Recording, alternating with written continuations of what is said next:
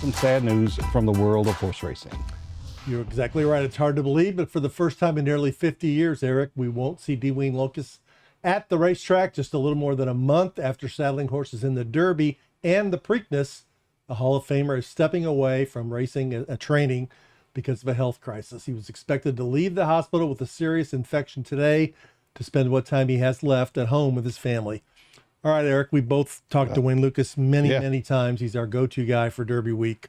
When you think about Dwayne Lukas, what's the moment or the memory that defines him for you? Well, there are many, and you go through the stages of his career. He was not the warm and fuzzy guy that everybody loved when he first came in. He was an intimidator, and he was a change agent. Not everybody likes that, but as he aged, he became an elder statesman and a spokesperson for the sport, and somebody who embraced that role. And I remember going over to his barn. I remember going over with Cliff Gilliams, who passed away a while ago, and always getting something that you could use, and something that was pretty profound when you really got down to think about it. What his insight into the game, where it had been, where it was going, and owners, and how to manage owners as well as his horses.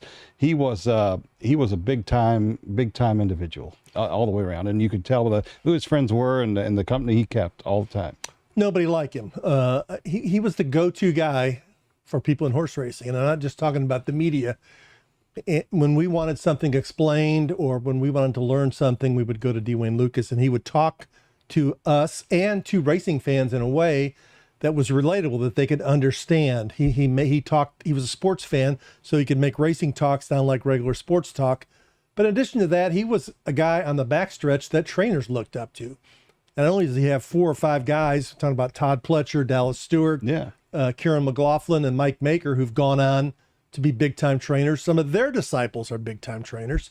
And he won at the highest level. He got people of means to invest in the sport and spend unbelievable amount of money at the Keeneland Summer yearling sales.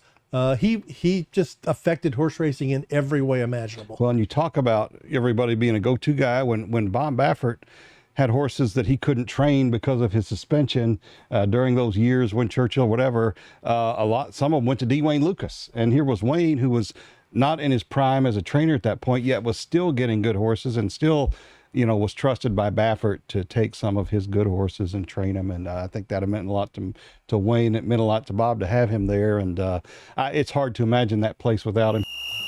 You can catch every episode of Overtime on WDRB+. Download the app on your phone or TV today.